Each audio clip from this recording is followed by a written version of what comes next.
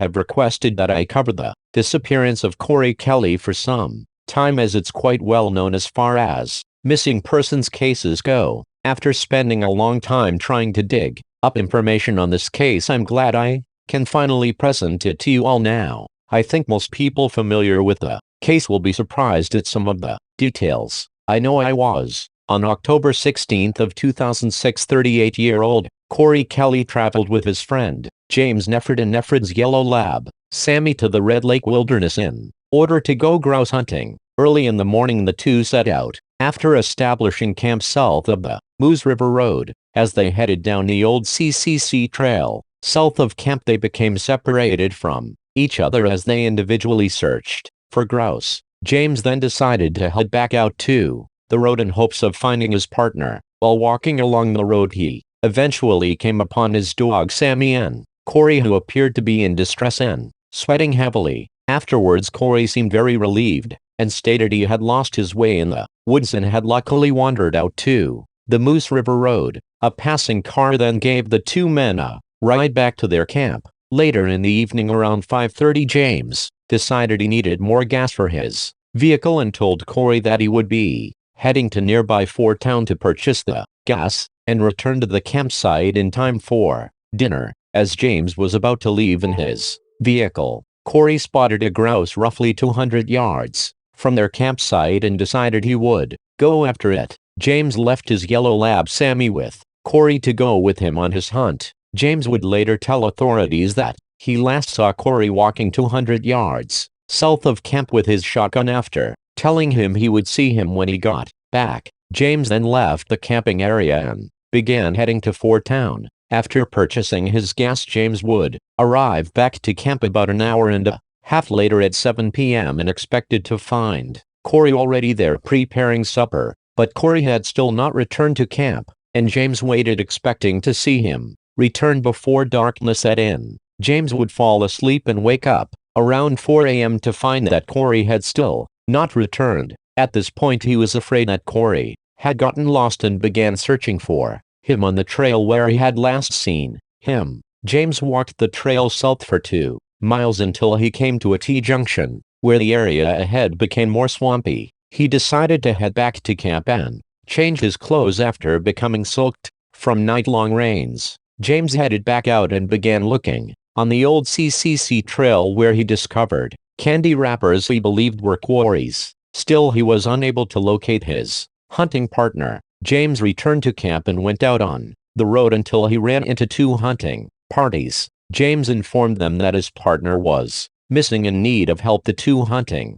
parties flagged down a conservation officer while James went back out to continue looking for Corey. While out on the CCC trail, James heard sirens coming in the direction of his camp and went back to meet up with officers who had arrived in the area. It was here that James was interviewed by the Beltrami County Sheriff's Department. James informed them that he and Corey had not done any drugs nor consumed any alcohol, but that Corey was taking prescription pain medication because of damage to his spine. Due to this injury, Corey had been told by specialists not to work. During the interview, James told authorities that he had only known Corey since the summer and that they had frequently fished together. James stated he trusted Corey and hunted with him because he didn't mess around and do stupid things. He said that he liked Corey because he never would go off alone and get lost like he had that day. The deputy noted during the interview that James referred to Corey as a dumb ass on several occasions.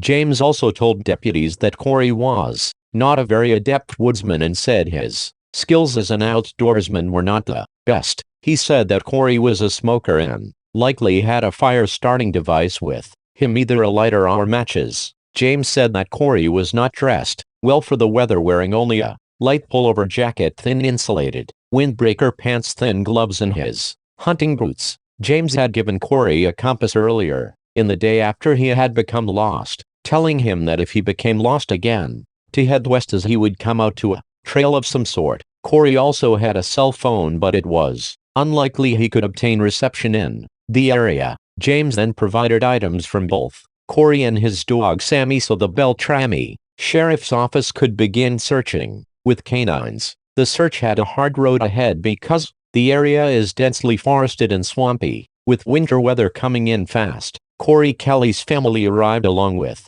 hundreds of volunteers and multiple agencies. A large staging area was set up where people were bussed in to assist, and many helicopters searched from the sky while ground teams and canines searched from below. On October 25, James Neppert's dog, Sammy, was found 2.5 miles north of Moose River Road on the parkway. The dog was severely emaciated and dehydrated. Authorities initially sent off the dog's stomach contents and fecal matter in order to determine if it had eaten any human remains or clothing fibers, but the sheriff's report claims the specimens were never actually tested. By October 31, searchers had found Corey's hat, cigarette pack, live shotgun, shell lighter, and gloves, followed by a series of boot prints, before finding his sweatshirt in an area where he apparently bedded down. They then found ashes from a small campfire and a lip balm container with 1/3 of a gram of meth. Then his coveralls and both socks. Yet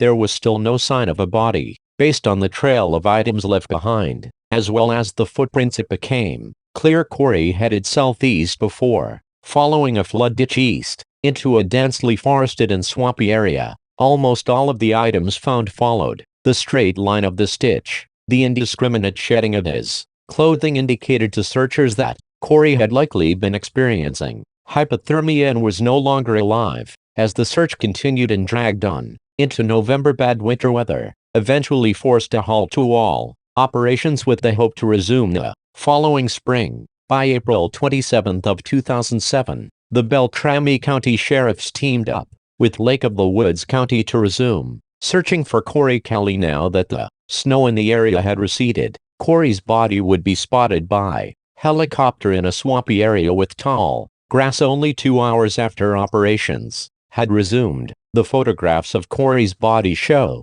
that he was lying along the side of a flood ditch with his legs in the water. The upper portions of his body were severely decomposed and were partially scattered from animal predation. By the time he perished, Corey was clothed only in his jeans. It was said that the search teams had come within 15 feet of the body during previous searches, but the tall grass prevented the body from being seen. His boots were found nearby in what appeared to be near perfect condition. Corey's body was located 12 miles into Lake of the Woods County and a little over 1 mile away from the nearest road. Corey's shotgun was never found. The search for Corey was immense, involving 62 agencies, hundreds of volunteers, and 6,500 man-hours. The autopsy on Corey Kelly's body determined there were no signs of trauma. Toxicology results were negative for all drugs tested, including meth and opiates. The details of the autopsy are pretty unremarkable, and for those of you with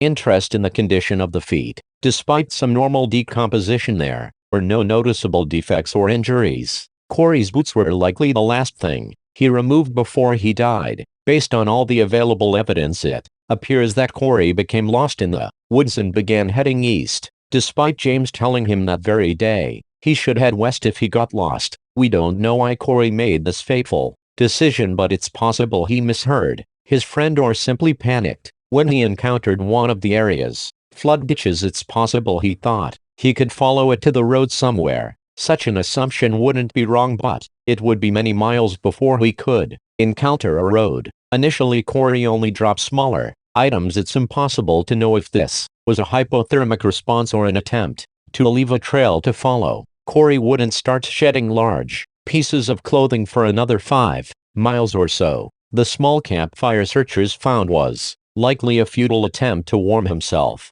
Because the area is very wet and swampy, with few dry things to burn, it can be difficult to comprehend how the initial searches did not find Corey's body. The items he left behind acted almost like a trail of breadcrumbs that led straight to the location where his body was found. It is estimated that Corey traveled a total of 12 to 14 miles and likely died within the first 24 hours of being lost. His mother expressed shock that her son traveled so far in such a short span of time. Yet it seems clear that Corey's path was very intentional, following the ditch in hopes of finding safety. It's impossible to know why some people make the decisions they make, especially under stressful conditions.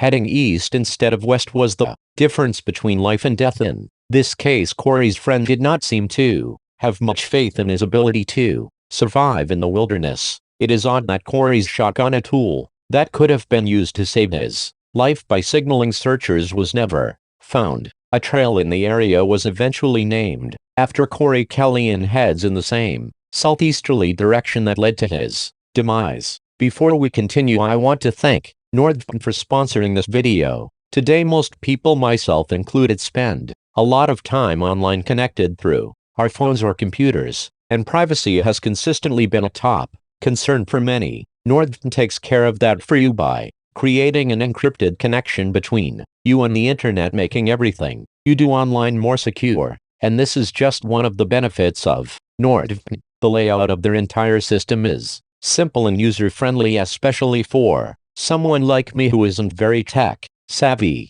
Upon creating an account, you are presented with a world map where you can pick a location to connect to. This feature is great for those with the Netflix subscription because while I live in the US, I can simply click on a location like the UK and get a range of different content to view, which really boosts the value of subscription services that this trick works for. I can also say from experience that while other VPNs often claim this as a feature, it often doesn't work, whereas Nordvpn service has worked consistently for me from the get-go. Nordvpn works on up to 6 different devices per account, whether that be a phone, tablet, or a computer. If you are interested in getting Nordvpn right now, you can get 70% off a 2-year plan plus 1 additional month free, which amounts to only $3.56 a month. Just go to nordvpn.com, the missing enigma, or click the link in the description. It's risk-free with a 30-day money-back guarantee and a great value considering all Nordvpn has to offer. Music. On July 27th of 2016, 20-year-old Jacob Beitler left his home in Pleasant Valley, Nevada at 4:30 a.m. to go hiking in the Ruby Mountains in order to scout deer in an area called Ruby Dome. He told his parents that he would be driving to the Spring Creek campground to park and then setting out from there. He had planned to return home later that day. Jacob never made it back, however. His father, Joe Beitler, reported him missing on July 28, telling the Elko County Sheriff's Office that his son had no medical conditions and is capable of spending the night outdoors but may get confused and lose his sense of direction at times. Joe noted that his son was wearing camouflage clothing and was carrying only a few granola bars and water containers. Jacob's car was soon found by his father, parked at the turnaround at the top of Lamoille Canyon, a location nearly 10 miles from the Spring Creek campground where Jacob had initially told his parents he would be hiking. The turnaround acts as a trailhead for a number of different routes. Joe walked up a trail in an attempt to find his son but was unsuccessful. The first organized search for Jacob Beitler began on July 29, during which the area was flown over using a helicopter but with no results. The search and rescue report notes that Jacob's parents reported him to have mental difficulties. A local officer acquainted with Jacob described him as possibly a high-functioning autistic person. The family said Jacob was undiagnosed, but essentially agreed with that assessment. On July 30th, it was learned that a witness spotted Jacob on the Ruby Lakes Trail on July 27th between noon and 1 p.m. in the area of Wyans Peak, which is about 4 miles south of the trailhead where Jacob had left his vehicle. Search and rescue efforts were then relocated to Harrison Pass based on the theory that Jacob was heading south along the trail. On July 31st, it was learned that a retired Nevada Department of Wildlife officer had seen Jacob earlier on the 27th around 7 a.m. near Farm Lake. The officer personally knew Jacob and noticed nothing out of the ordinary. This report was consistent with the previous one that indicated Jacob was heading south on the Ruby Lakes Trail. That day, full-scale search operations continued off and on depending on the weather until August 8th, at which point it became a recovery operation due to it being extremely unlikely that Jacob would be found alive. On August 13th, hunters in the area came across some of Jacob's belongings on the eastern side of the Ruby Mountains across from the Dollar Lakes. They found a lavender-colored new Testament Bible next to the cliff face. They then found a gray backpack which they suspected belonged to Jacob. The find got reported to the sheriffs, who sent 2 deputies out to the location. They found the backpack as well as pants, shoes and a green fleece jacket that were stuffed in the crack of a cliff wall. The socks were in the boots and the boots were tied together to the pants. The area was searched with a cadaver dog and a drone, but to no avail. Jacob's parents confirmed that all of the items found belonged to their son, but still missing were his t-shirt, cell phone, water bottles and Jacob himself. Because of the rugged nature of the terrain where the backpack was discovered, Elko County requested the experienced Washoe County Hasty Team to come in and do a thorough search of the area. On August 16, the team arrived and were successful in finding the body of Jacob Beatler. Jacob was discovered in a semi-fetal position, clothed only in his t-shirt and boxer shorts. On closer examination, it was noticed that the boxers had both large and small tears in them. They were consistent with sliding down a rock face on his buttocks. Striations on Jacob's thigh and knee also seemed to indicate sliding down the cliff from the point where his clothes were located. Based on all of the available evidence, it appeared that Jacob was heading back to his vehicle when he went off trail at some point. He was only about 1 mile from reaching his car in safety when at the top of a cliff he decided to remove most of his clothing, presumably due to paradoxical undressing, and then place his clothing in the crack of a cliff wall before sliding down the rock face on his rear end until he reached a ledge. He then traversed along the side of the cliff for roughly 400 feet before succumbing to hypothermia in the location where he was found. It is believed that this occurred on or before July 30th. I became interested in Jacob's case when I heard some individuals saying he was found across a mountain range in a location nearly impossible to get to,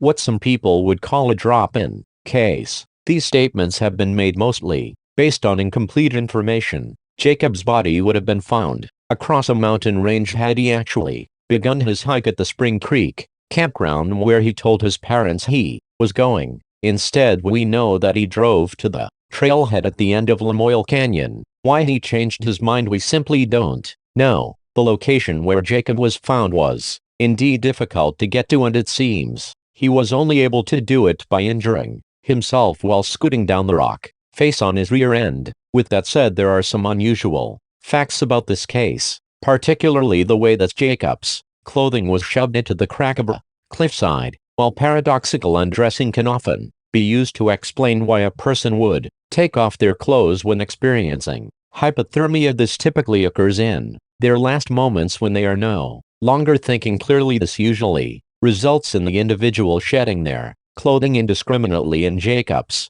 case, he took the time to organize his clothing and tie his shoes to his pants and put them in a cliff wall. Joe Beatler made some comments that might explain some of the strange behaviors exhibited by Jacob while he was lost. My son's thinking was a little bit complex to try to predict what he would do in situation A or B on a certain day. He would also comment how Jacob probably violated most of the experts' predictions. It certainly seems that Jacob's father is referring to his son's high-functioning autism as an explanation of what occurred. Jacob's father would go on to comment that his son made multiple missteps by not telling people he had changed his mind on where he would be going, by not packing more food and water to prepare for the trip, and by not taking a map to a place he was less familiar with. Regardless, it is extremely tragic that Jacob Beatler perished so close to the vehicle that could have saved his life. When looking at the cases of both Corey